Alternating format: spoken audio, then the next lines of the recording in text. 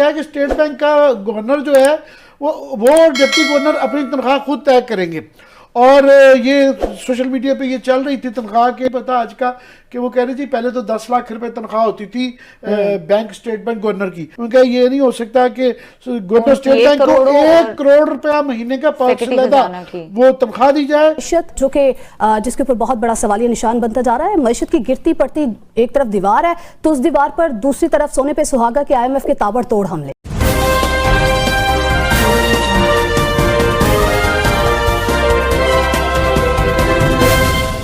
कामिर साहब, governor state bank की तरमीमी bill का मामला और कसरत राय से मंजूर भी हुआ है। जी, आज कौमी असम्बली की खजाना कमेटी के अंदर ये तरमीमी बिल पेश किया गया। बिल ये है बेसिकली कि पाकिस्तान की तारीख में इतना अनटचेबल किसी अफसर को नहीं बनाया गया जितना कि स्टेट बैंक के गवर्नर को बनाया जा रहा है।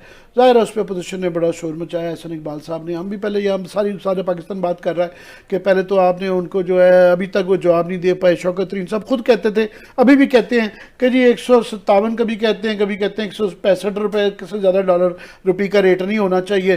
तो ये हमें नहीं पता नहीं क्या है। साथ में आज तो 70 78 74 पे वो 70 तक आ जाते हैं रेट। वेरी बेसिकली कि ये खुद उनको जवाब नहीं समझ आ रहा और आज वो बड़ी डिफेंड कर रहे थे।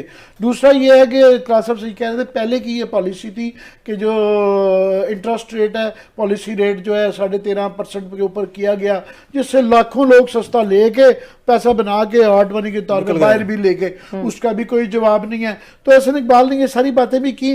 मजीद उन्होंने कहा जी ये एक अजीब तरीका है कि स्टेट बैंक का गवर्नर जो है वो डिप्टी गवर्नर अपनी तनख्वाह खुद तय करेंगे।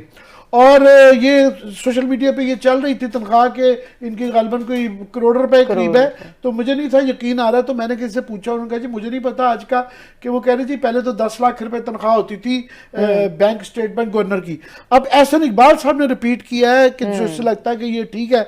उनका ये नहीं हो सकता कि गवर्नर स्टेट बैंक को 1 करोड़ रुपया महीने का वो तनख्वाह दी जाए और उसके नीचे जो सेक्रेटरी खजाना है उसकी 3 लाख रुपए तनख्वाह हो, जिसने पूरे पाकिस्तान की इकोनॉमी को चलाना है।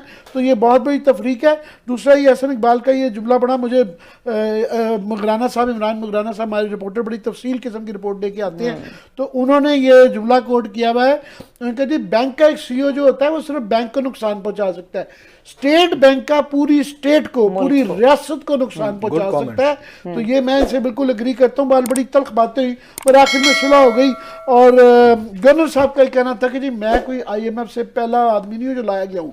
वो तो हम भी यही कहते हैं कि पहले शेर साहब भी थे और भी खातून भी आई थी, मगर जो लोग लाए गए हमारा कोई पाकिस्तान को उससे भला नहीं हुआ। लोगों का हमारा आर्गुमेंट ही यही है कि जनाब ये जो बाहर से लोग लाए जाते हैं इसी वजह से हम इस दलदल से निकल नहीं पा रहे, हम IMF के पास ही फंसे रहते हैं और हर साल हमारा यही मालियाती किस्म का एक मसला खड़ा हो जाता है, इमरजेंसी खड़ी हो जाती है। प्रिसाइजली वो रीजन। मगर शौकत तरीन साहब का जो था ना डिफेंड करना, तो उसके बाद के पहले सबसे ये थे जिन्होंने कहा कि मुझे लगाएं, हफीज शेख को फारिग करें, मैं रीनेगोशिएट करूँ IMF के साथ। बहुत आपने बुरी किस्म की कंडीशंस एक्सेप्ट की हुई हैं, मैं उनके साथ रीनेगोशिएट करूँगा और मैं दिलवाऊँगा। सो ये वादा करके इमरान खान साहब से तकर्री ले ली अपनी, हफीज शेख को फारिग करा दिया और आगे से भी ज़्यादा जिल्लत आमेज़ और शर्तनाक किस्म की कंडीशंस उनकी एक्सेप्ट करके ये चल रहे हैं।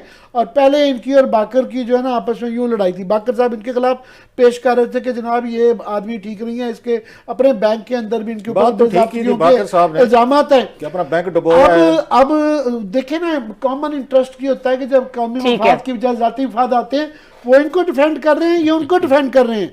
अब ये बेस्ट ऑफ पैल्स हैं। बिल्कुल बिल्कुल ये स्टोरी।